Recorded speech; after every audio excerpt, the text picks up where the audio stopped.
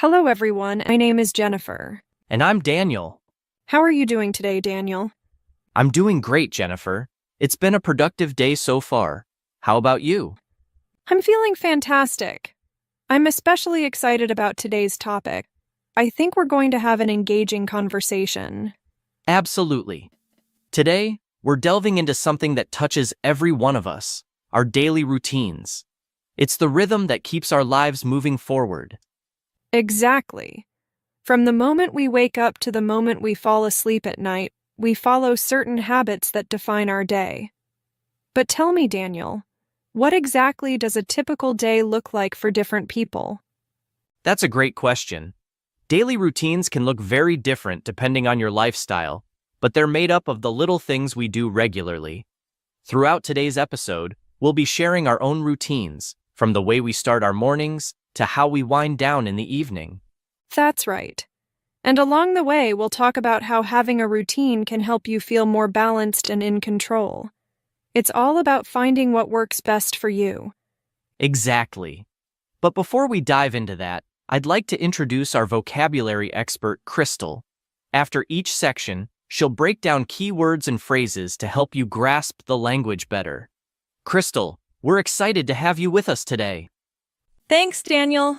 I'm happy to be here, and I can't wait to help our listeners break down some vocabulary along the way. Wonderful.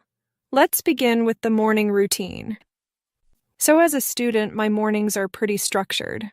I usually wake up around 7 a.m., and I take a moment to stretch and breathe before I get out of bed. It's a gentle way to start the day, and it helps me feel more alert. Then I head to the bathroom to brush my teeth and wash my face. It's a refreshing start. That sounds nice. I wake up a bit earlier, around 6:30 a.m., since my job requires me to start early.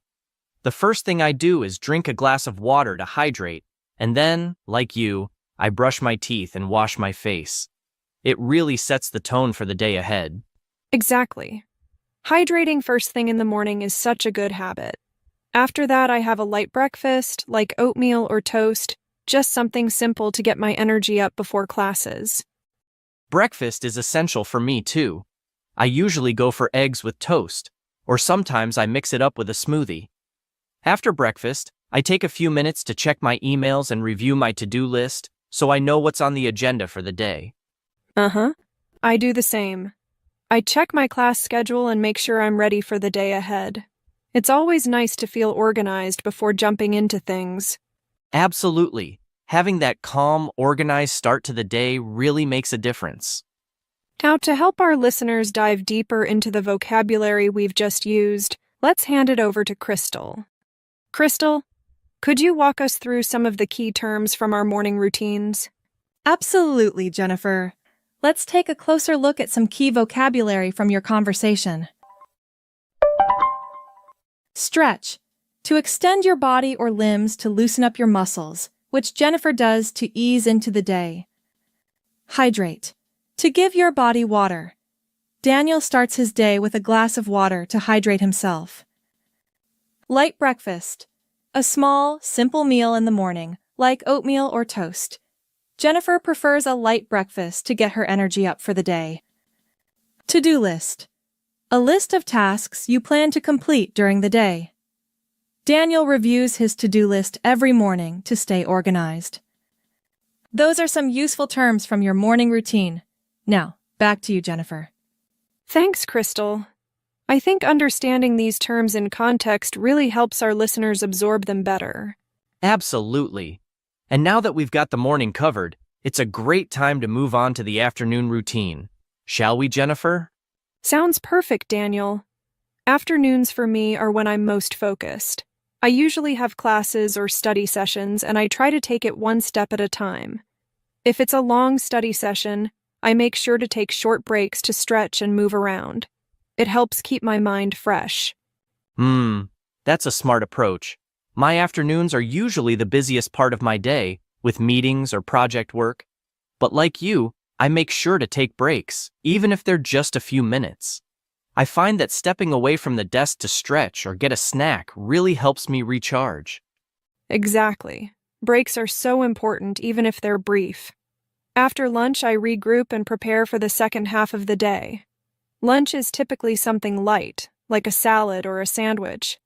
I don't like to eat anything too heavy, as it can make me feel sluggish. I agree. Lunch is usually around noon for me, and I like to step away from work completely. My go-to is something like a quinoa salad with veggies or a turkey sandwich. Keeping it healthy helps me avoid that mid-afternoon energy slump.